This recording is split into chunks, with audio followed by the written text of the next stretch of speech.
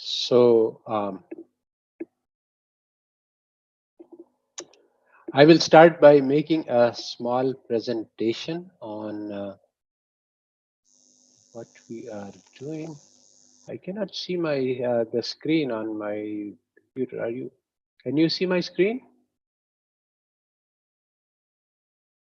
Yes, sir, it's visible. All right. Okay, then I will shift to the screen itself. Start the slideshow.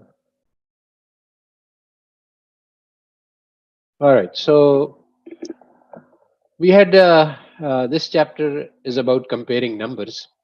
Now, this is the big difference between statistics, conventional statistics, or real statistics. Real statistics says that we can't compare numbers. So if somebody asks me, is five bigger than six? I say, well, that depends. So you see, this seems like a strange question. Of course, six is bigger than five, but what is six and what is five, and why are we making these comparisons? See, normally, you see, that is what is taught to statisticians all over the world, that when you are comparing six with five, you don't ask that question of what is six and what is five and why we are making this comparison. But I'm saying that no, before we say yes, six is bigger than five, we've got to ask that questions. Why? Because uh, people will say that expert statistician told us that Pakistan is doing well under current regime because growth is 6% and previously growth was 5%. So I only said that 6 is bigger than 5, but they are going to use this to make a argument which actually is not valid. So you can't separate the use of the comparison from the comparison itself. So around the world, in every university, students are studying this course. This intro stats course is very popular. You have it in business, you have it in you have it in social science, you have it in economics. But this same course is taught in a very different way. Students are taught to analyze numbers only and not to worry about the world. So, what's the difference between real statistics and nominal statistics? Well, we can call it positivist or nominalist or even fake as opposed to real. The in the fake statistics courses, students are taught that you must only analyze the numbers and you don't have to worry about where the numbers come from or what they mean. So students study data on GDP, corruption, university rankings, but they do not discuss the meanings of these numbers and whether or not they are valid measures. If some students ask this question in a statistics class, is this GDP a correct measure of the prosperity of a nation? So the teacher will tell him that this is not our concern here. That is a job for economists. As statisticians, we only look at the numbers. So this is a wrong way of thinking. When you are analyzing numbers, you have to look at the whole picture. You have to go say, okay, why we are analyzing GDP numbers? Why are we analyzing corruption numbers? So if you ask, is this a correct measure? The statistician will say you they are field experts. These people know what corruption is and they have done the measure. It is not our job to question their judgment. We only look at the numbers. Again, this is a wrong way of thinking.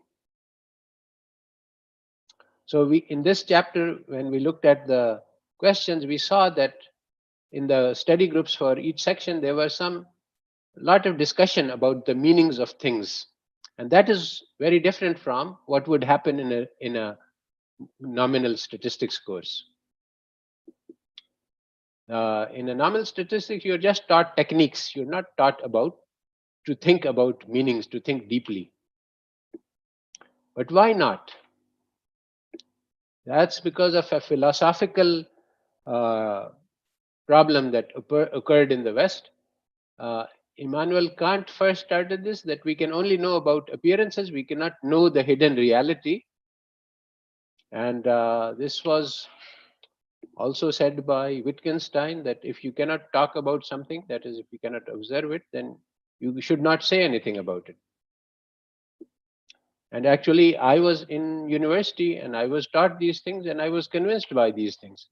But much later, I realized that these are wrong ideas.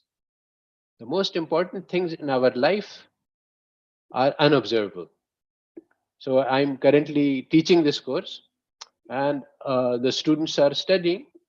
And what matters is really what is in their heart, whether they're interested, whether they find this uh, valuable knowledge. But this is the most important thing, but I cannot know what it is. But still, that doesn't matter.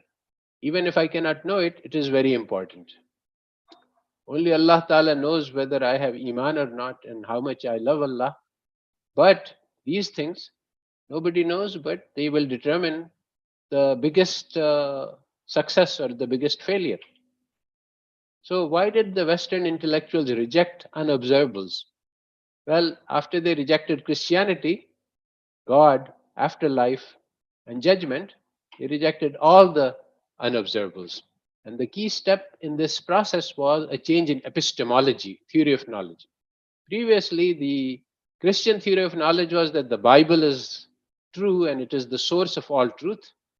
And after rejecting the Bible, then they said, okay, what are going to be our new foundations of knowledge? But in the search for the new foundations, they had to say that we have to reject the creator. So if you look at the world and you see, oh, there is so much design, so much precision, so much perfection in this world, that it must have been created. So they said, no, we cannot allow this logic. So we say that you are allowed to look at the observables, but you cannot go from the observables to the unobservable.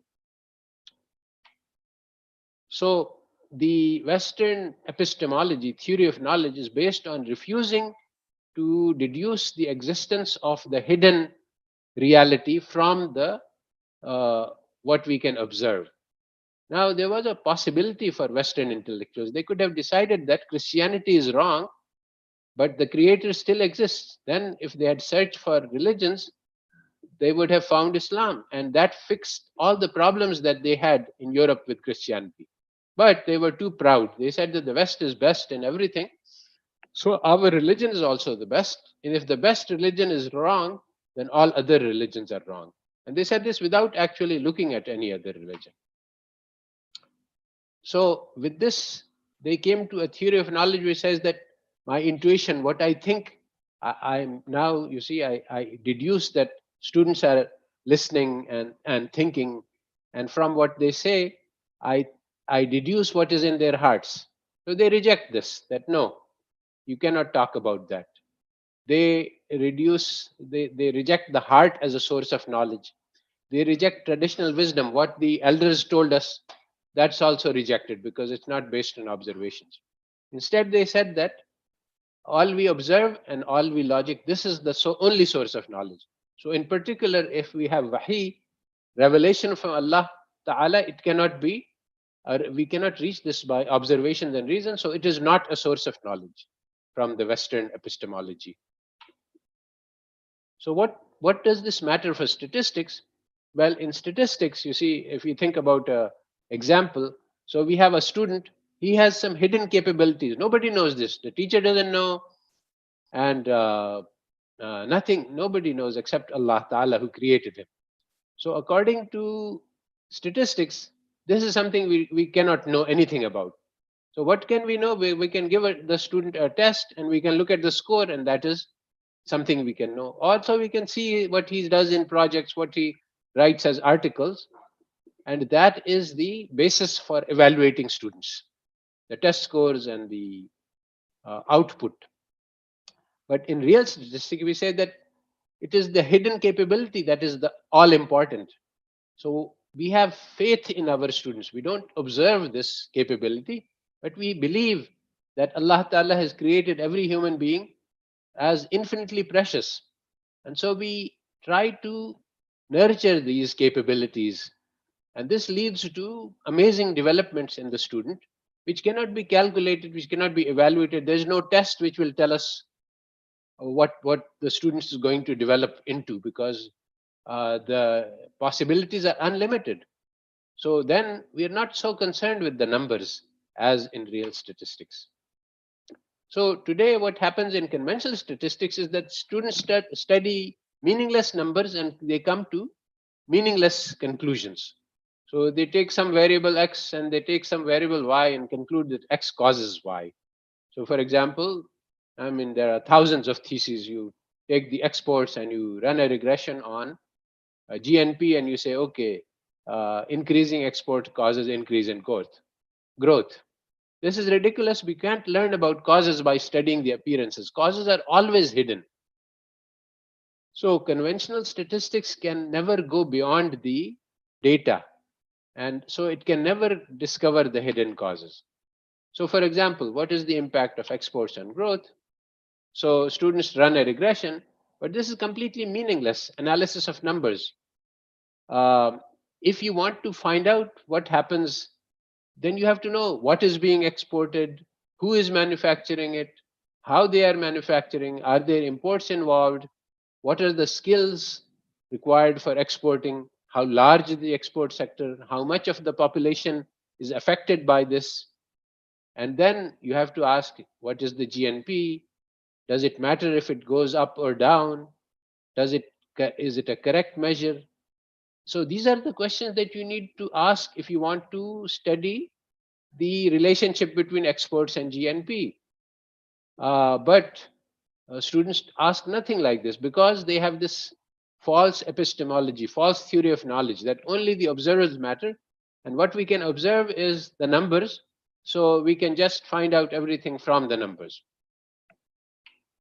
So that's basically it. In your conventional courses, nobody will uh, nobody will teach you about the real world. They will teach you how to analyze numbers, and this is completely wrong approach to statistics. And in this course, we are trying to teach a new approach in which you say that you can never stop by analyzing numbers, and you cannot analyze numbers in isolation from the real world. This is the fundamental point of opposition between real statistics and fake statistics. Okay, so that was my lecture. Now, as um, Tasir Salahuddin said that she is in Group E, and I think she also did Section F, which was not assigned, I think, by mistake. So she will present the answers to those questions first, and then we will go to Section A. So, all right, Tasir, you can take over.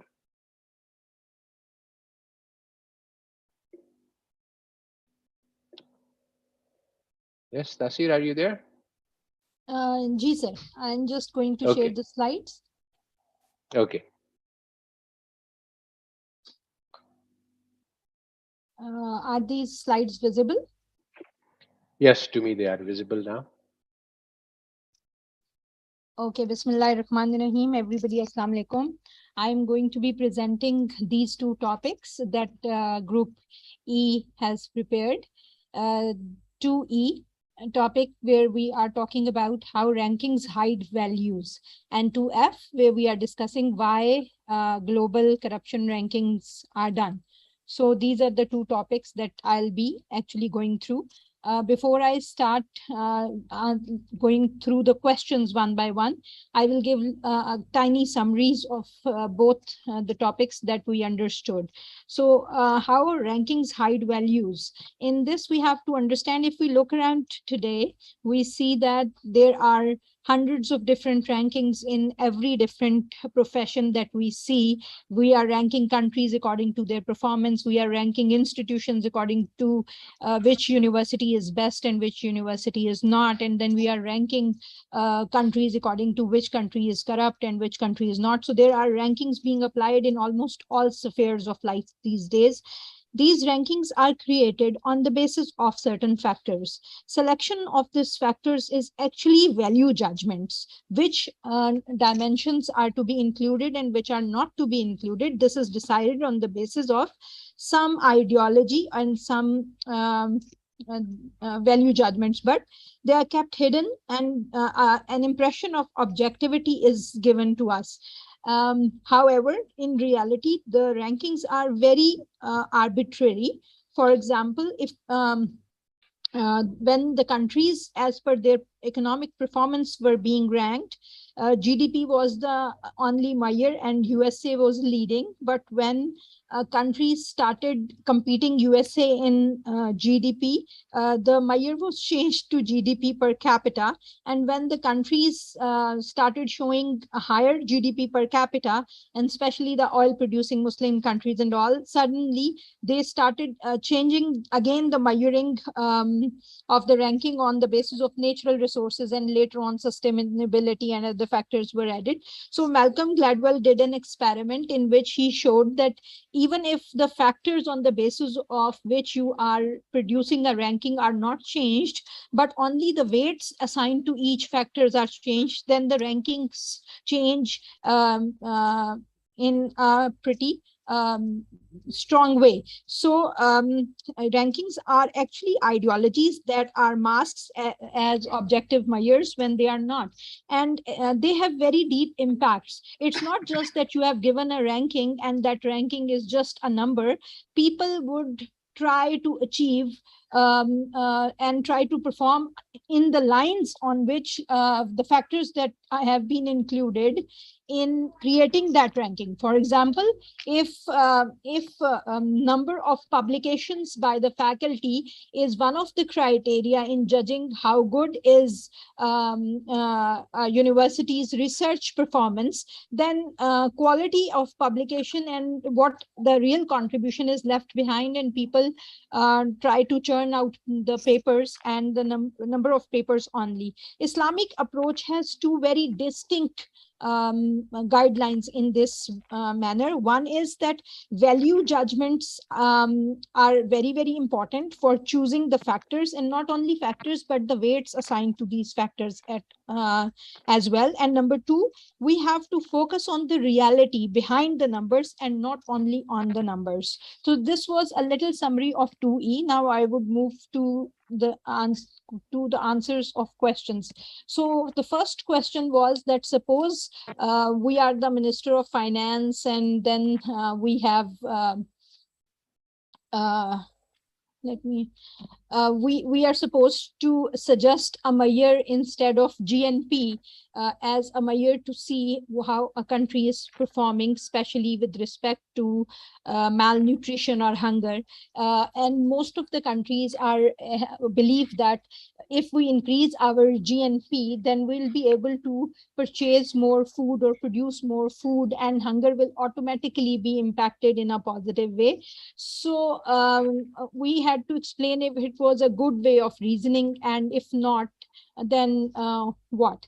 So the answer to this question is that GNP is not a good measure for representing hunger, alleviation of hunger or poverty in this respect, because first of all, it includes the residents of the country and the nationals of that country living abroad as well. And most of that money may not be actually being transferred to the country or is being utilized by the people who are living in that geographical domain. Secondly, GNP has nothing to do with income distribution, and if higher GNP is not an indicator of well-being itself, because it does not automatically translate into redistribution of income in such a way as the deprived and the poor people basic need is being fulfilled or not. And this was a study by Thoberg in 2005, where he has shown that if income is being given to people, especially has worked in the area of conditional cash transfer programs. And why do they fail? Because ensuring that people get money does not, and he is talking about individuals, not even a countries. Even if you provide the head of the families or families a certain amount of money, most of the time they take it as a surplus and not utilize it on a full, removing hunger and lack of education or health or any other issues that are the basic needs, but the money is wasted out. So this is our answer. E2 was that GNP per capita is the most widely used single indicator of nations for progress. So if we want to give an alternate measure, what would that be? Or if we need to add something in GNP or GDP as a criteria, then we had to choose one and then give reason of what that indicator we want to add into GDP or GNP measure. So maybe total annual charity is an aspect that we would like to enter, because that charity being given within the country would probably be give us some idea of income redistribution, especially from the rich to the poor. That is just a suggestion. We can have discussion over it later on. E3 is that the GNP per capita is supposed to be an objective measure of wealth of a nation measured by the total of its market transactions. So there are others like Human Development Index and the Green National Product and Multi-Dimensional Poverty Index. So the question was that value judgments are hidden in each one of them. What are those value judgments, and why would we choose any particular, and why? So the answer is that GNP per capita has two judgments at the back of it, that first of all, only money matters, and number two, income per person somehow represents increased average life standard in a country. Number two, Human Development Index, that was developed by Mahbubul Haq. It comprises of three indicators, in which along with income, there is a portion of health and education that is also included to develop that index. So these two, health and education, are important aspects of human life that should be added along with income to measure human development. The green national product actually is when we are acknowledging that along with income, environment friendly techniques of production should, or environment friendly production should be catered. And the last one is a multi-dimensional poverty index. I would choose this one because poverty is a very complex human condition which cannot be represented by only lack of money, and there are multiple other dimensions, and selection of those dimensions are again subjective depending upon what is considered as a basic need or requirement for by people living in a particular country. And secondly, income is only means to an end and not an end itself. And we can, if we can measure the ends directly, then we should not be indirectly measuring the human development via focusing on income. E4, rhetoric is an art of persuasion. So we had to write an answer of the argument that I've been building about GNP per capita and replacing it with welfare index on the basis of ethos, pathos, logos, and kyrios. So I don't know how well I could do, but this is what I have written. Since Washington consensus back in 1980s, there were many countries who wanted to develop like the developed countries in the world. So they became the part of that bandwagon who tried to focus their development via increasing their gross national income or their national income, and focusing income as their, or economic growth as their central goal. But not even one success story exists where income-based measures of development goals without focusing on human development or well-being a country has actually shown development. Human development and well-being should be the prime goal of all economic activity, because whatever we are doing in this world is we are doing for people. But on the contrary, if we look at the countries who have actually shown progress, like South Korea or Germany, Finland, Bhutan, these are the countries which have focused human development and sustainability from different aspects instead of just focusing on GNP or GNP per capita. So Pakistan for the past 3/4 of a century has been following the same bogus economic growth and trickle down ideology and has failed miserably ever since in actually developing humans, or actually bringing in that growth and development for the people who are living in Pakistan. So it is high time that we revised our capital accumulation strategy and replaced it with the one which focuses on human development Yes, this and is a good well-being. argument. Yes. Okay, thank you, sir. So now we move to the second part of the presentation, which is the section F, in which we have discussed why global corruption ranking is being done.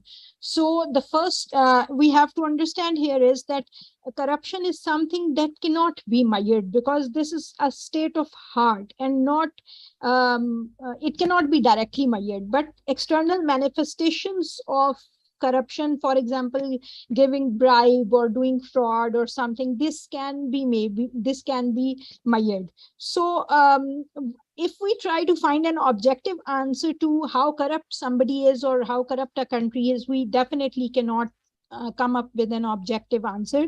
And if we try to create unidimensional quantitative measures to represent one number showing how corrupt you are, this country is say 36% corrupt or 48% corrupt, this is very unrealistic and narrow representation of a very complex ideology. But what how are we measuring it in the world? We are developing a corruption perception index, or CPI, in which what happens is that a pool of very wealthy businessmen is done.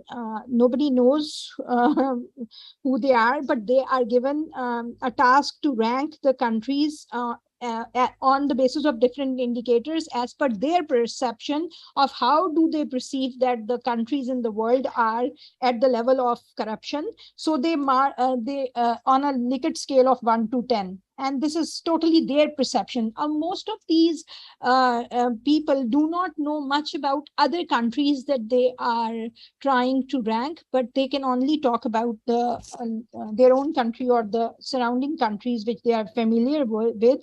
So mostly what happens is that they consider most of these rankings come on the basis of perceived notions about the people that they do not know anything about. So if we look at CPI, what it actually means is that there is a study of Dr. Saab and one of his students, which shows that there is more than 98% correlation between the wealth of a country and the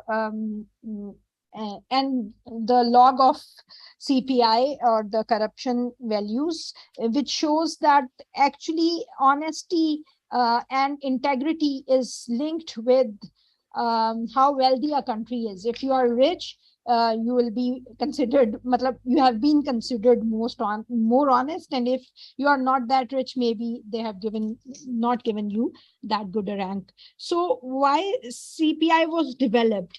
That is because as I told you that Washington consensus basically was a shift towards capitalist ideologies, and World Bank structural adjustment programs were being implemented into these countries to help them develop, but none of them did, and it was miserable failure of these theories. So to hide that, they had to find some scapegoat whom to blame of why this happened. And they tried to blame the countries for being corrupt, for not being utilizing the wealth that they were actually making by their structural adjustment programs into the required areas. So the impact of CPI is that when we point out the weaknesses in a particular person, that person starts believing on those weaknesses and acts according to the expectations. So if the countries which were repeatedly pointed out as being more corrupt, they started practicing, or those practices of corruption enhanced there. And the countries which were labeled as less corrupt and performing well on corruption index, they performed accordingly. So now coming to the questions, the question is that why is corruption index of Islamic countries much higher than of those of the Western countries, and does Islam lead to higher corruption? What would be your answer? Our answer in this is that we have discussed in our group is that the purpose of creation of corruption measurement was as a scapegoat identification, and this was actually not done to really measure who was corrupt and who was not. So the indicators that were added in these corruption measures were done by the West in such a way as to point out the weaknesses in the low income countries, and most of the Islamic countries are not that higher income countries. They do not belong to that list. And so this sort of high correlation between the honesty and wealth, maybe that has impacted uh, in appearance. It appears as if Islamic countries are more corrupt as compared to the Western countries, but the truth is not so. If we change the corruption index and add up the other parameters which we need to focus on, probably we can reverse the conclusions drawn from that sort of. So the second question was devise a measure of corruption which would show that USA is the most corrupt country on the planet. So the answer to that is that, as I have discussed, that corruption index is based on, if we add these factors, probably we would be able to see that USA is actually the most corrupt of the, if we include the external invasions and the wars and lobbying and use of atomic bombs on the other countries, destruction and human sufferings that a country has caused due to their national policies, family structure breakdown, religious corruption, bailouts for the rich, rape, street crime, monetary wastage, life expectancy going down, suicide rates being higher, and much more. So if we add such indicators, USA is not performing very well on this, and it is one of the only countries that has actually ever apply, bomb nukes on the other countries. So that is our answer, and we can also see, I think that this slide may not be. So this is one of the examples. For example, lobbying is a substitute for corruption, where what we are trying to do is that we are trying to change the rules with which we escape the regulation.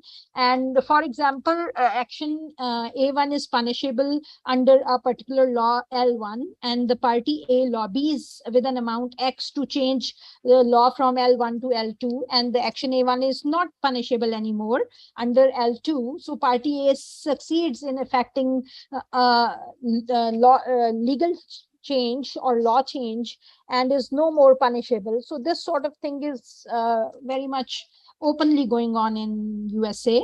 And if we add certain things, that would probably be one of the examples of showing how USA is one of the most corrupt countries in the world.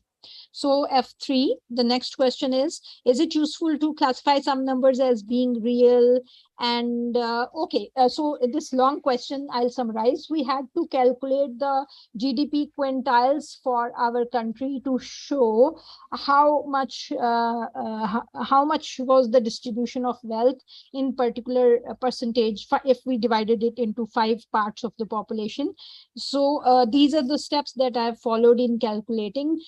We had to put the values in the numerical order from the lowest to the highest, and then we divided and sorted the values into the fifths and calculated the total value for all the cases. Then we calculated the total amount in each quintile, and then we calculated the percentages. On the basis of that, I have used the GDP data from PDHS data set. It was available to me in the data was already with me, so I have just tried to calculate, and according to that, what I've seen is that the top 20% people of Pakistan own more than 60%, almost 60% of the wealth.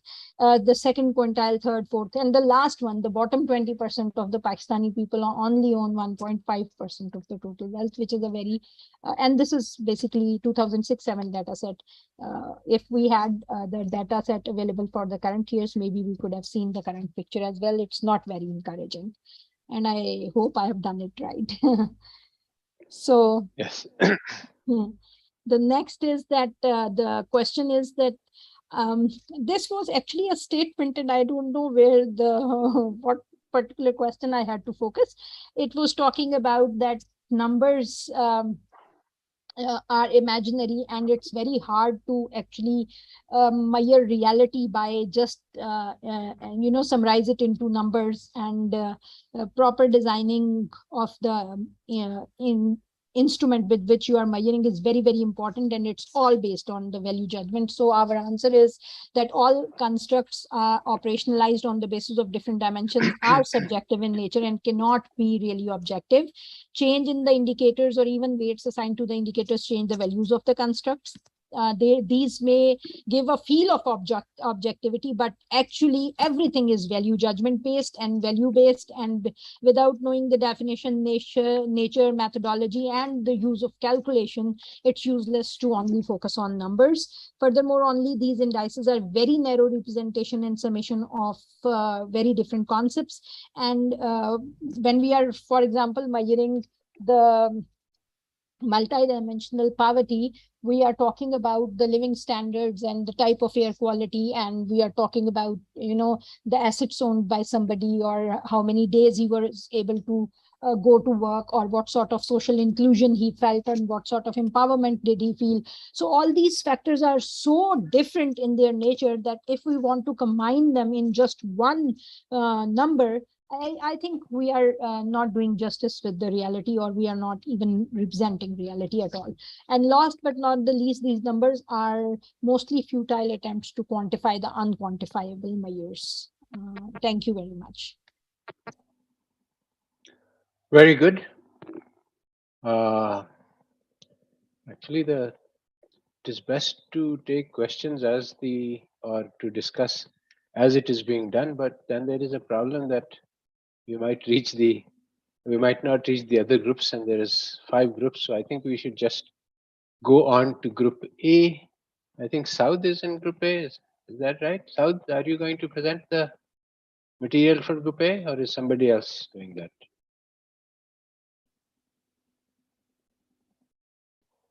Group A. Assalamu alaikum. Walaikum assalam. Yes. Saira will present from our group. Okay, Saira.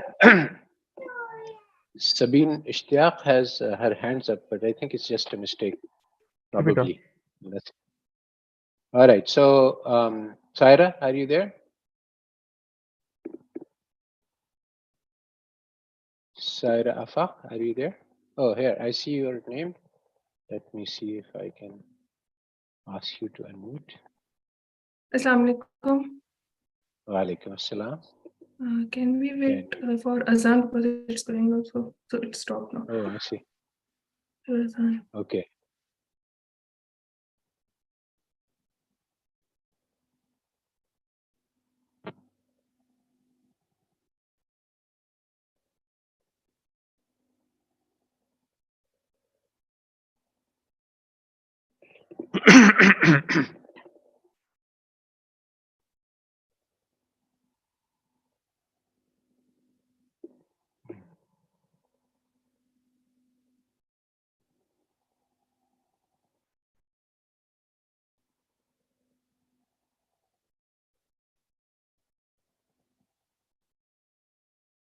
Assalamu alaikum.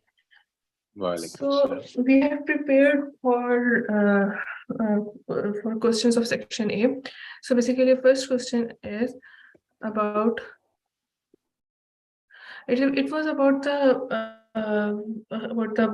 article you gave us for the reading, that was that the US life expectancy falls. There were 2 types of data present in that particular article. One was about the GNP and the other was about the malnourished children. So malnourished children. So you asked if the center of the focus is going to switch from the GNP. So what will happen? And you asked us to propose one target and defend it.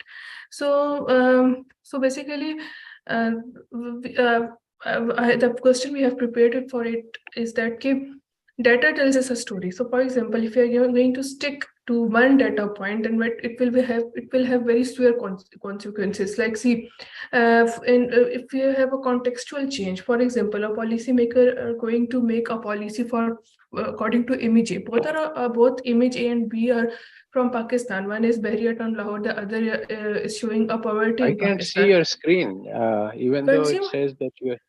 Yes, I'm sharing my screen. But Let me check. I'm not seeing it. I Let don't me know share why. it. I think other students can see. If Okay, you pin, can everybody see the screen? Okay. All right, then if I don't see it, that's not a matter. As long as you are, go ahead. okay, I will look at my view options and see if I can get it on. But go ahead. you might have to pin me, I think. I see. Okay, so you have two images in front of you. Both are from Pakistan. So basically, if policymaker is going to make policy according to image A. So image A is showing poverty. So that policymaker is going to make different policies. Like he or she is going to make policy for poverty alleviation. On the other side, he or she is going to make a different policies by keeping this picture in mind. If for him or her, this Pakistan is very developed country. It doesn't need policies like poverty alleviation. So basically, we are going to act the way the data is being presented to us, or the way that we are pursuing the data. So it is telling us a particular story. So if we are going to listen to that story, we are going to act according to that story. Moving forward, there are different targets which were proposed by the group members. So one was human development. I proposed this target that if the policymakers are going to uh, focus on human development, then they will able to make a policy that could be beneficial for the people of country or the well-being of the country. So basically, I gave this Maya because I did my thesis on microfinancing, and but I have observed that people in Pakistan possess a lot of skills, and they are very skillful people. But what is a hurdle?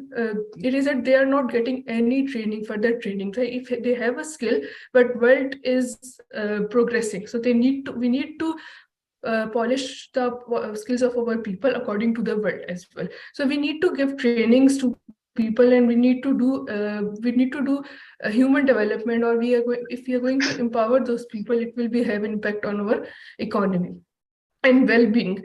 If we are going to empower our people, it will empower it, and it will ultimately empower our country. The other target came was that the number of malnourished children. If policymakers are going to, basically, it is coming from that particular article that which has observed, which has talked about the suicide rate and GNP, and then you ask that if they are going to shift their focus to malnourished children. So basically, according to one group member, that it is important to focus on malnourished children, because it will tell that how much the country is focusing on the well-being of its citizens. So it can be evaluated as well, because there are a number of malnourished children. Moving forward, you asked that So the suppose, this Sarah, somebody ask you on that question that, well, suppose you were working in the Bureau of Statistics, that your job is to collect the numbers. Why you're talking about economics? This is not your job. So how would you answer such a question, objection, that you are raising up questions which are outside your domain of expertise? Why are you talking about malnutrition? Your job is to just measure what the government asks you to measure. And if the government doesn't ask you to count the number of malnourished, then you shouldn't do it. um, because if I'm collecting a data, then if it is going in vain and it doesn't serving any purpose, then why I am collecting that data? It's actually So serving purpose. I want what? It is serving the purpose of the powerful elites to collect the data on the GNP. It is Uh, serving purpose. It is. okay, here comes very subjective thing, because for some people who are working in government, and they are serving the elite authority, it is working for them. But for some people, it won't work. Who are looking for meaning, who are looking for purpose, they will ask that I'm not going to do this work because it doesn't have any purpose. And You for shouldn't say me, it doesn't have any and on purpose. You should say that it has a harmful effect, and that is why measuring the wrong numbers has a harmful effect on the nation because you focus on the wrong things. So it is our job wherever we are to try to, when we see something wrong being done, we should try to correct that. Anyway, go ahead to question number 2. and on the basis of wrong data, there will be a wrong policy as well. Yes, So, that is so correct. moving forward, that you asked that is GNP a value-free measure, and then if there is, then even if they see that if we given that all statistics are based on values, then why is the claim of objectivity made for them? So basically, GNP and value is GNP is not value free. So basically, it is what that the way authorities are highlighting it. They are going to, if they want to uh, highlight the wealthier segment of the society, they are going to neglect the rest of the society while evaluating the GNP. It is the criteria is itself is subjective, but from where it is coming from the authorities. So there are different questions. Policymakers can ask that how many people, how many number of people are sleeping empty stomach. So if they are going to see that even though country is earning a big amount, but where it is going, if the people of that particular country are sleeping empty stomach, basically so GNP covered the flawed decisions made by the authority. So if the authorities are going to present themselves in the front of the world that see our GNP is this much, so nobody is going to ask them that what about the poverty in your country, because they didn't represent it. So it covers the flawed decisions made by the authorities. Moving forward, the parameters that were given by the group members that government distribution of funds used to help the poor, the parameter we should be focused on. Then spending per household group by income bracket to poor people, affordability of essential goods and access to clean water, comparison of suicide rates between the countries. So if the country has higher income and still but suicide rate is also higher, that means that there is some problem.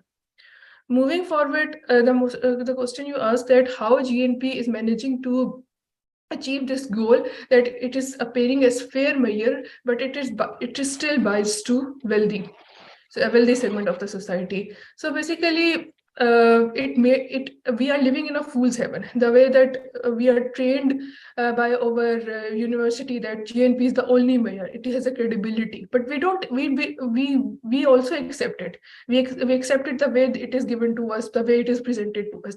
So we don't inquire about the relationship between figures and reality. Also, I have observed this while doing my thesis. I interviewed some of the bank managers, microfinance bank manager. They said that we have like 50,000 borrower in this particular area. So what idea came in my mind, that if there are 50,000 borrowers in this particular area, that means that there must be 50,000 SMEs in this. But when I stepped out of that bank, I was seeing the same poverty which I was seeing everywhere. So if they're claiming that there are 50,000 borrowers, there must be a good a condition should be good, like people should be earning money and there should not be any poverty, but there are a lot of beggars there as well. Moving forward, you asked about there are different approaches. You asked about, you said that we need to consider 3 measures, normative measures, and then we have to see that which way is better for presentation of that particular measure. First is that we are going to take the average of all the measures, and the second is we are going to present it dashboard. Different group members answered it in a different way. First is that the indicators I consider was the GNP per capita income, net national income per capita, gross enrollment ratio in a primary of both genders. So basically, I took the data from WDI and I took the data for 2015 to 2019. So there was some other parameters that were given by other group members. First was living wage. The statistics they made for that and they offered for that is that every average income of household based on a median value. The other was the protection of the natural environment, and then for that the statistics can be number of people receiving medical treatment based on income bracket. Third one, healthcare, and the statistics offered for that, that was the number of acres of forest land being destroyed to make way for commercial lands. The fourth one was peace, and for that, crime rate can tell us how much peace is in that particular country. Then prosperity can be observed through nationwide surveys. Moving forward, so what I did, I took the average, combined average of the data which I took, and then the average was just a number. So it is giving a very minute or no detail about the economic scenario of Pakistan. And then someone once said that it skews the result. You don't know, and it hides the information from the numbers. I see, I presented a picture over here. It is also telling a number. So there Yes. are a lot of numbers.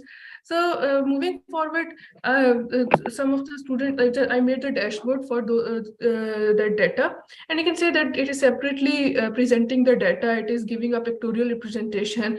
It is giving it separately analyzing the data. So anyone can see and tell that GDP was on 2015, GDP was increasing, then it increased. So everyone can see the trend. So this is the usefulness of dashboard.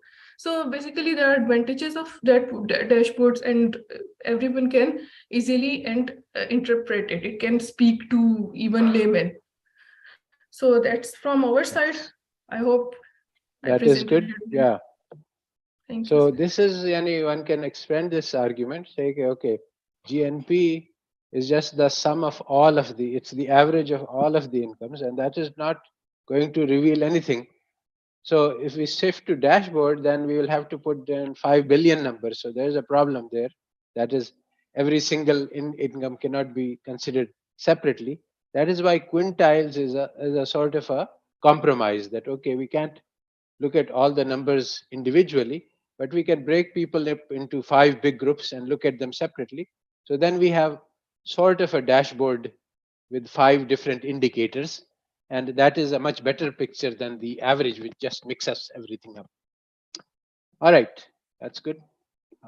Let's go to the next group, B. Who is here from the group B?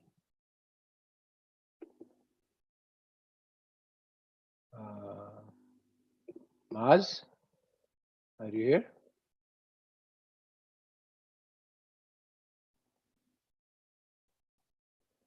Maz, are you here?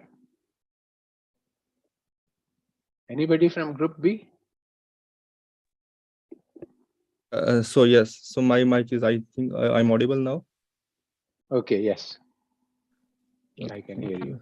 Just a minute, let me just share the screen. All right. Okay, I hope it is visible now. Yeah, I can see it. Okay, Bismillahirrahmanirrahim. Assalamu alaikum. So the questions allocated to group B, I have summarized actually these questions also just to save the time, and then we as a group try to answer these questions. So the first of the questions is regarding the Finnish education system. So in the Finnish education system, the question is around like, if in this kind of education system, how could a class function? Would it be an improvement on current education system if the teacher was to directly assess learning of the students instead of indirectly assessing the performance of the students, like through a scoring or through written exams at the end of the semester or at the end of the year?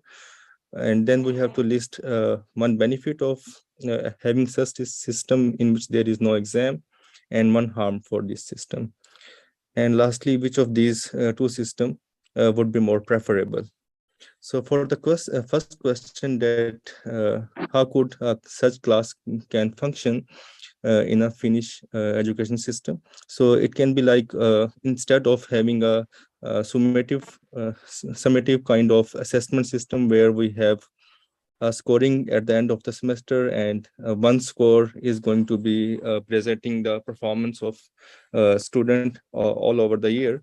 Instead of that kind of system, we can have an individualized performance system that can track the students' performance over the time for different years, for different kind of maybe for different range of measures. For example, what has been the motivation of the student, how students is being uh, whether he or she is learning over the time, how he or she is responding, verbal and non-verbal feedbacks of the students. So this formative assessment is quite we can say more beneficial uh, as compared to summative assessments. So the direct assessment Yes, will I help think students. the reason for Yes. my asking this question was to say that numbers blind you to reality. I mean, you see, you have taken an exam and this student is at 96, so he is 96. So you cannot see the all of the dimensions of the performance. So, and this is what statistics do. Statistics blind us to reality because you're taught to focus on the numbers and not to dig into the deeper, richer, real world context. So this is one of the harms is to the educational system because we use only numbers. Okay, go ahead.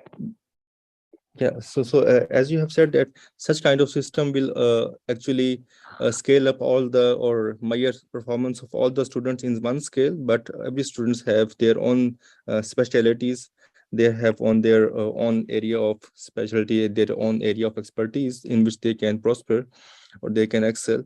So instead of having one measure to measure the performance of all students, so it would be more so we should be adopting such measure in which we can have a more hidden kind of uh, assessment technique can be adopted instead of quite although this kind of technique is more observable, but it is hiding or it is kind of creating on the one hand it is creating a competition between the students, they are not being cooperative. On the other side, it is actually hiding the uh, expertise of the students. In, for example, if one student is being in is good in other expertise for which we are not measuring or we are not accommodating uh, that thing in our scoring method, then that student is being lagged in that or he or she is not scoring well, but actually the student is going to excel in real life. So that is why due to this scoring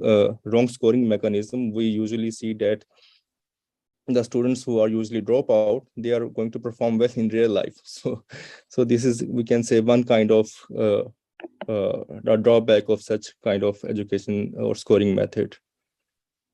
Okay, the second question is around that in government school in Pakistan, the teachers actually, uh, government teachers actually they are paid more as compared to private schools, but they are going to achieve less educational outcomes because teachers basically do not expect their students to perform well. So when there is no expectation from the student side, then how can we change these expectations to improve the educational outcomes?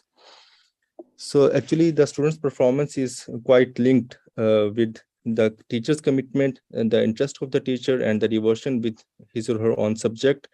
On the other side, if students are going to be get affectionate, get motivated and supportive from the teachers, then I think they will be more confident and try to be more enthusiastic in learning these subjects and getting the knowledge. So if Yes, but how can we so change whether the teacher's attitude? This is the question. How can we change the teacher? so now how can we embed these things in teachers training? So maybe that's the question I think that we couldn't touch upon. All right. You can give Uh, answer in your group later. And if anybody yeah, sure, has idea. Next question. sure thing. Okay, the third question is about explain how focus on exam scores as the indicator for success would demotivate students from acquisition of knowledge. Discuss in light of your own personal experiences with the education system the difference between focus on acquisition of knowledge and acquisition of high marks on exam. So actually in current system, basically the focus has been on scoring more marks. So it basically demotivates the students as their energies are being utilized more in terms of their competition, in terms of hiding more things from each other, or instead of sharing the and cooperating and learning from each other. So it motivates to it basically, sorry, demotivates the students to learn actual knowledge and to learn empathy and to learn how to learn from each other, how to learn experiences. And so these are the things that maybe we need to focus more to motivate the students. Instead, this kind of system is going to be demotivating them.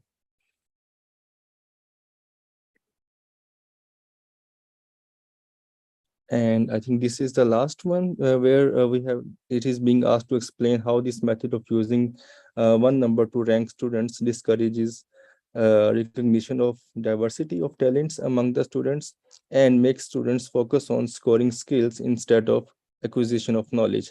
Can you think of a different kind of educational system which would encourage all students to become seekers of knowledge?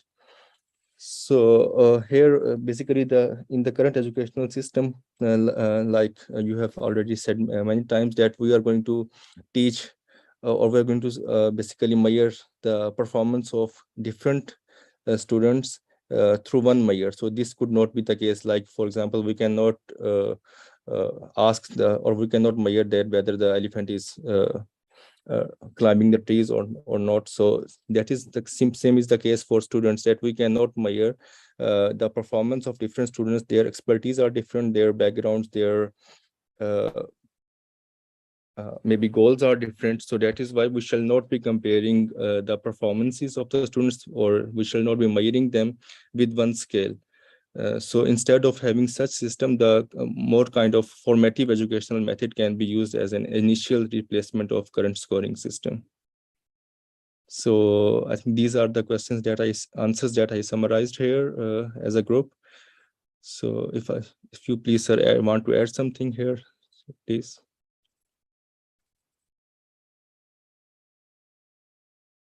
Yeah, okay, I think this is fine. We can go on to the next group. Let's see, which is the next group? Is B? No, It's C, sir. C, yes, yes. Lisa.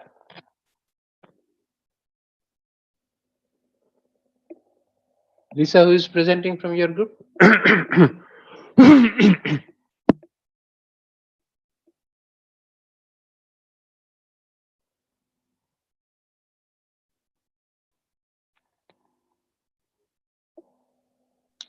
Is Lisa there? Is Mubashir Assalamualaikum. there? Alaikum assalam. Okay. I'm Nadia Hassan, and I'm presenting on behalf of my group regarding this week's questions. Okay, let me share my screen first. Yes.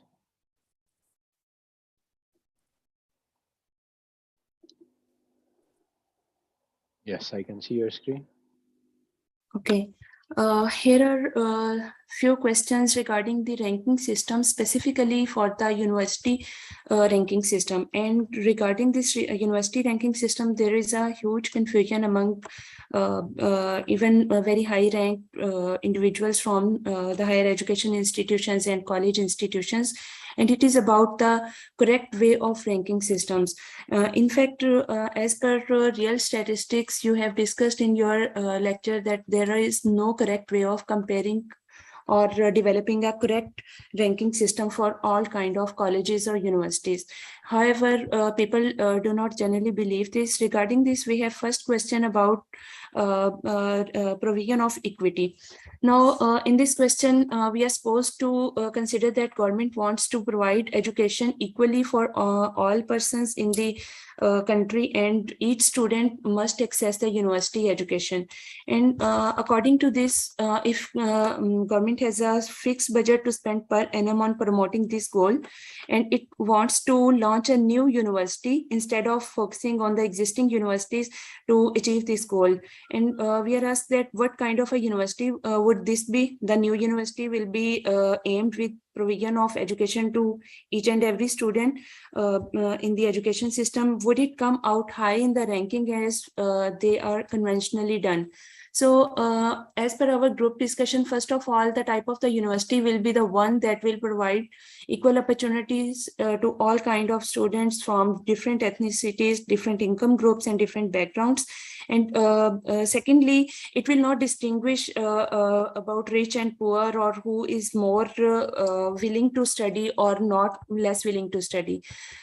Secondly, regarding the ranking system, university might not be good in the existing ranking system that are conventionally done, because in conventional ranking system there are few parameters that are more prominent, like number of students graduating can be higher as per this university system, but these graduates might not be performing very well on other indicators. And since government has allocated a fixed budget, there might be less budget allocation to other things like infrastructure, libraries, and labs provision. And similarly, on teaching faculty, there will be less budget. So in those measures, university can not be able to perform well in the conventional ranking system.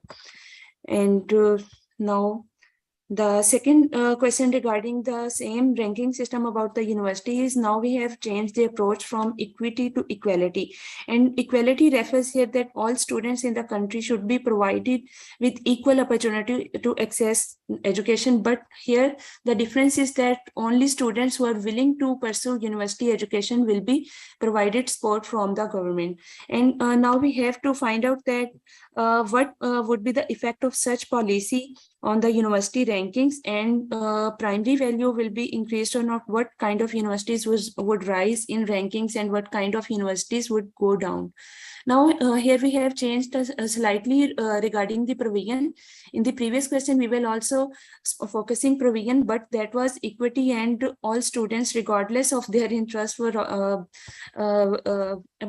asked to pursue further education. Now, here the difference is that students who are interested must be provided equal support from the government, and this support will be, of course, regardless of their any background. Now, policy which accommodates different ethnicities and socioeconomic backgrounds is only about the students who are willing, and government can provide all kinds of support that can be in form of tuition fee, any financial support. And similarly, there was another suggestion about the availability of the academic supports. So for example, if some students are deficient in some kinds of skills or knowledge because of their specific background or deprivations, government must provide those kind of support to students.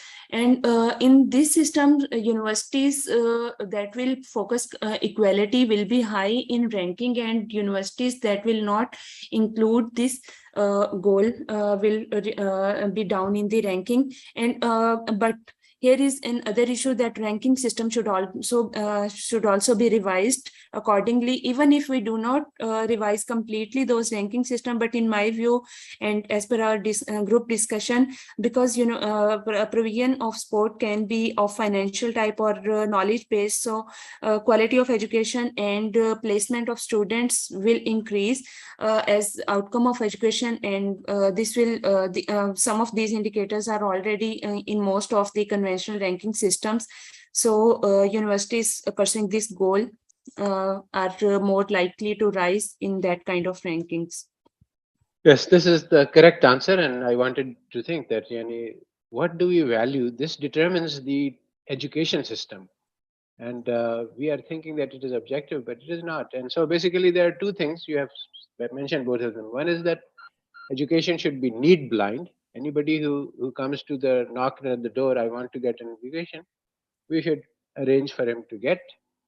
And also, education should be based on the desire. The person who comes to knock on the door that I want opportunity, he should be given the opportunity. If somebody doesn't want it, then we shouldn't force him into getting a degree. Not everybody needs a university degree. Lots of good jobs and lots of productive people can be there without having an academic background. But you have covered all of these things. So next question. Okay. Now, in the next question, we are supposed to consider about a ranking system that wants to focus their producing world-class experts in some disciplines like engineering and medicine. And what method would one use to rank colleges with respect to this value? Do current college ranking systems Move your in your screen country forward. work well? Sorry? Move the slide ahead. I have moved. Oh, I see. It hasn't changed I'm for on me. question number 3. Okay. Uh, Now, in this question, we have to focus on a specific discipline, and not only that specific discipline, but we have to produce world-class experts in that kind of discipline. And we are supposed to take 10 colleges from A to J, and according to that how good they are producing at world-class experts, government has an extra $1 million grant to be provided in support of this goal. Now, if I see the existing ranking system in my country, and I can observe that there is another categorization regarding engineering or medicine. However, in our current ranking system, there is more focus on the quantity of educational outcomes in each and every discipline, and more or less some specific indicators are repeated in every kind of rankings. Only the universities are categorized by their disciplines. So the existing ranking system of colleges or universities in my country might not be able to capture or pursue this goal. And production of world-class experts is also conditional. What is how we define world-class experts? So there will be a need to include some engineering or medicine disciplines indicators in our ranking system that are competitive at the world. Or we can pursue patents, and we can pursue about innovations, and we can also pursue utilization of our educational outcomes. For example, in the era of COVID-19 or some other this kind of catastrophe, if we find some discipline like medicine or engineering is directly linked to that, and whether our experts or our graduates are performing well on that or not. So this kind of indicators, by including this kind of indicators, we can judge our students, and we can pursue this goal. And government has an extra $1 million of grant. So universities who will focus these kinds of initiatives, government can specifically allocate those kind of grants to motivate education institutions to produce world-class experts. And research-based outcomes and allocations will also be derived by those ranking systems and objectives. Okay. Now, the last question discusses about the idea that colleges. What I wanted to say in the previous question was that what I wanted to see was that if you wanted to realize that if you want to produce world-class experts, you will put all your eggs in one basket and give all the money to the top university, because you are just concerned with a few highly ranked people, and that may not be a good target. But you see, depending on the values that you have, your educational policy will be very, very different. In other with other criteria, you might give equal money to all, or you might give it in some other. So anyway, what I wanted to show was that the numbers that we are studying reflect the values that we have. Okay, so you can go ahead to the last one. Okay, thanks. Now we have to explain how positivism leads to confusion between numbers used for ranking and the unobservable multidimensional qualities of education or colleges. Explain some of the harms caused by ranking of colleges when corrected objective ranking in fact is impossible. Explain how students should select colleges, how rankings matter for this choice, and the extent to which students should disregard rankings. Now, first of all, positivism has created an illusion, or have created a blindfold for most of the students about choice for college or universities, because we do not observe what indicators are included in those ranking systems, and multidimensional qualities of colleges make it possible to keep some college very low in ranking that might be of our interest. For example, if I want to study in a college that focuses more on students' participation, however, this kind of things might not be in a conventional ranking system. Those try to develop a universal kind of ranking system that can be applied to any institution and for all equally. So my choices will vary according to my values, and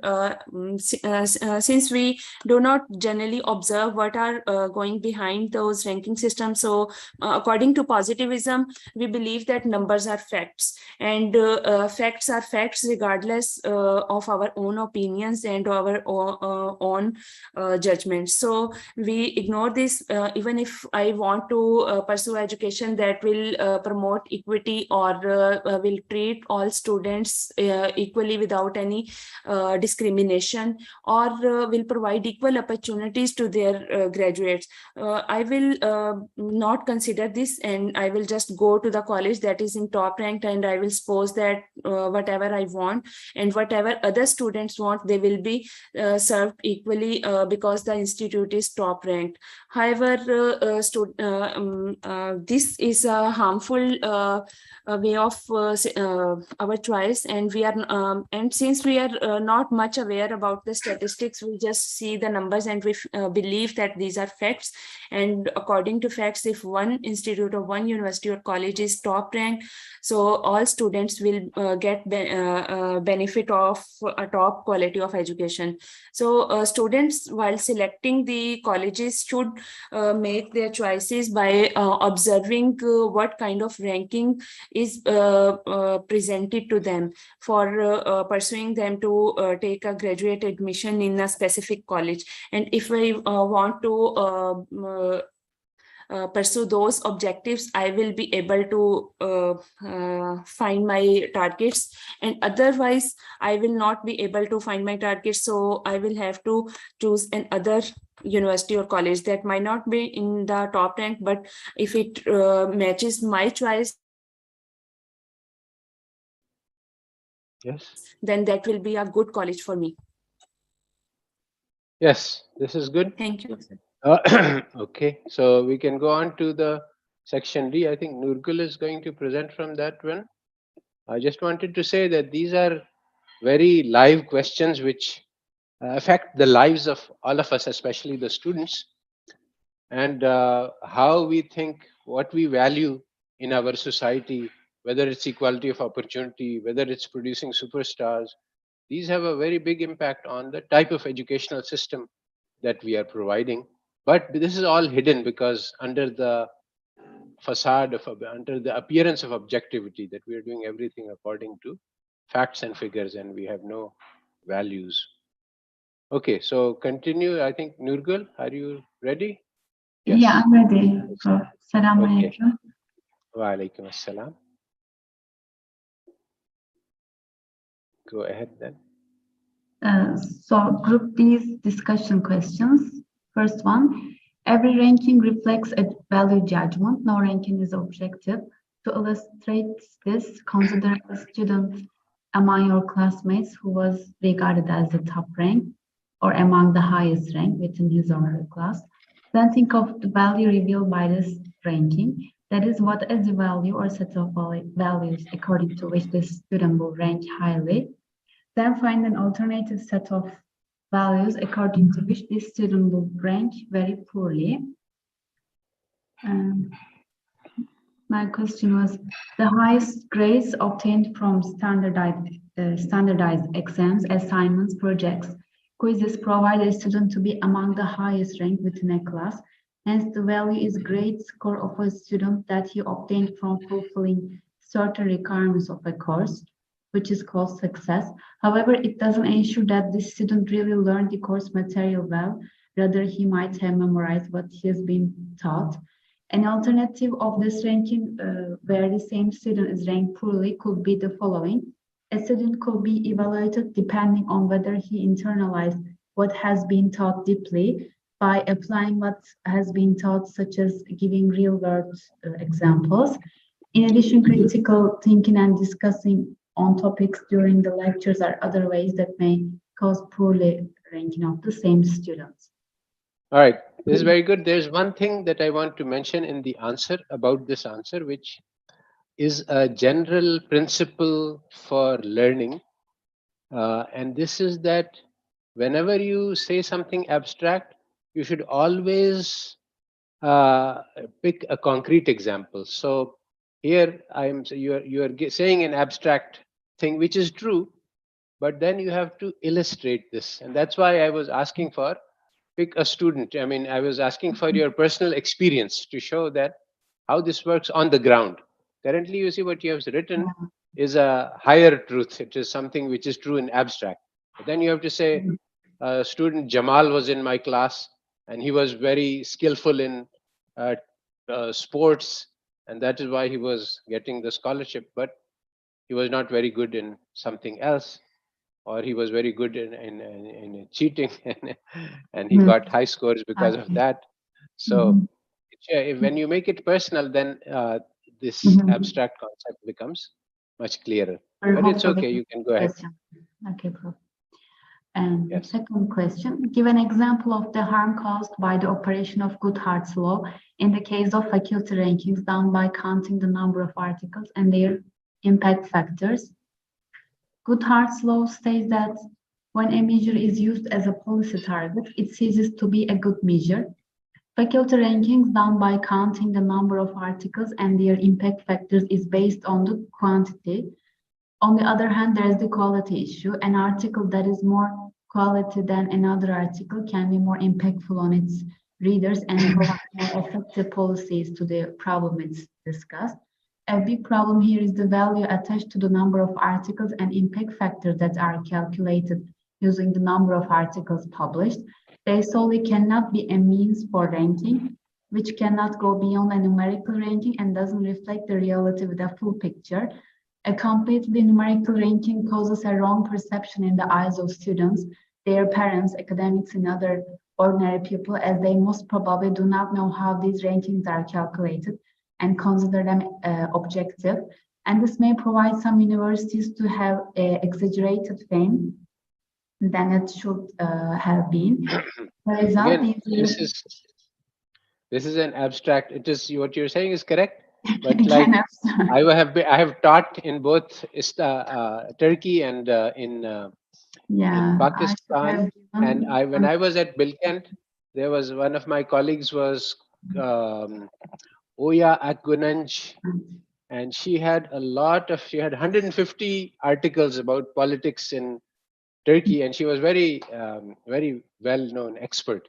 But at that time, when I was there in the 90s, Bilkent adopted this system of impact factors and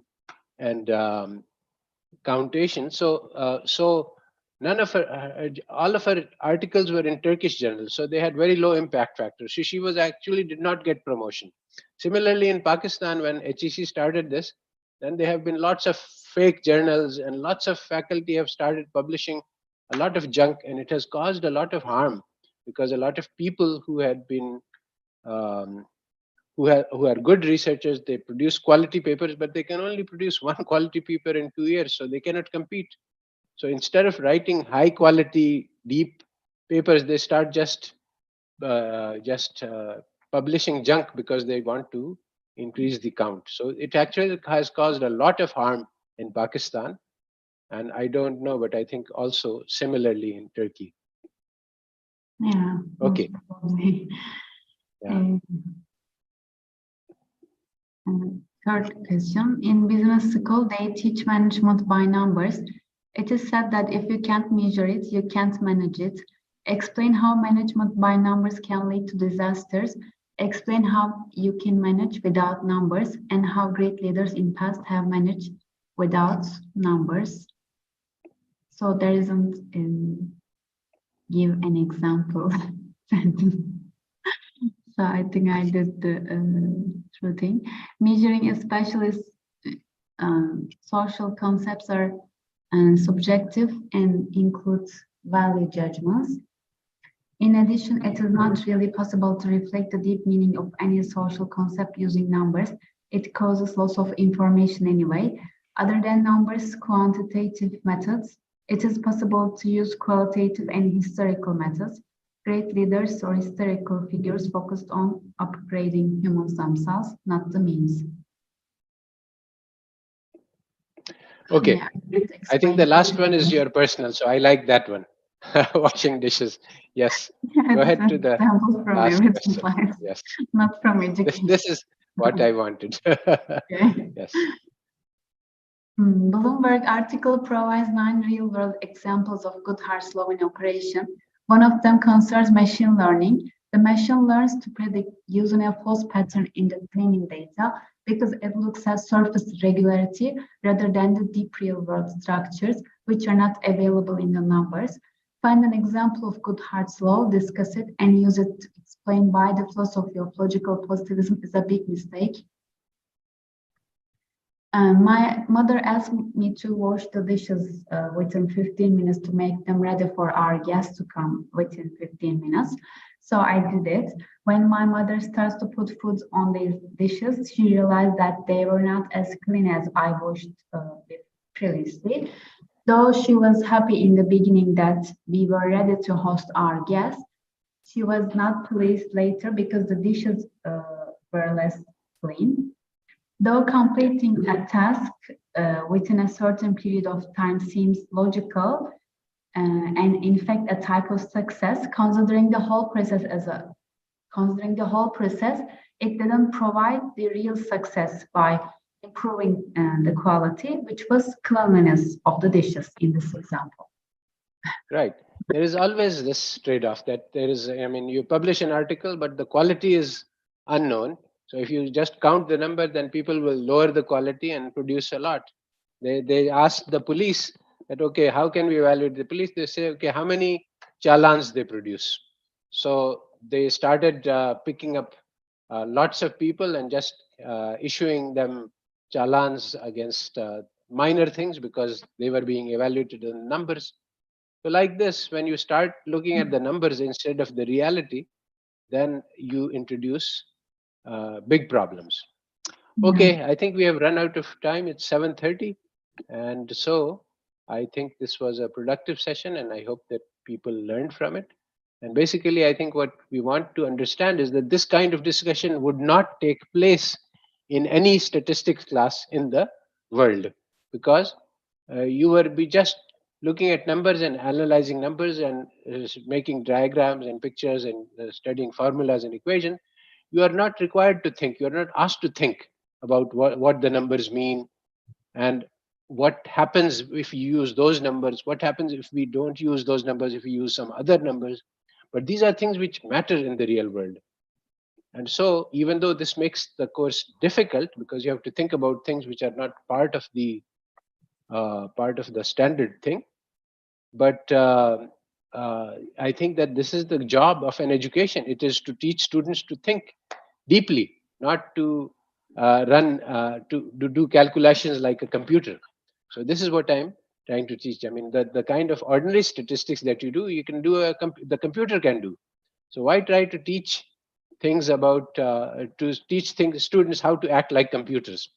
Instead, in this course, we try to teach students how to act like human beings and actually think deeply, which is something computers cannot do.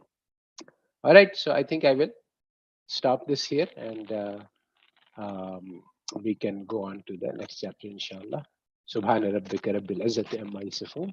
Assalamu alaikum wa sallam. Alhamdulillah rabbil alamin.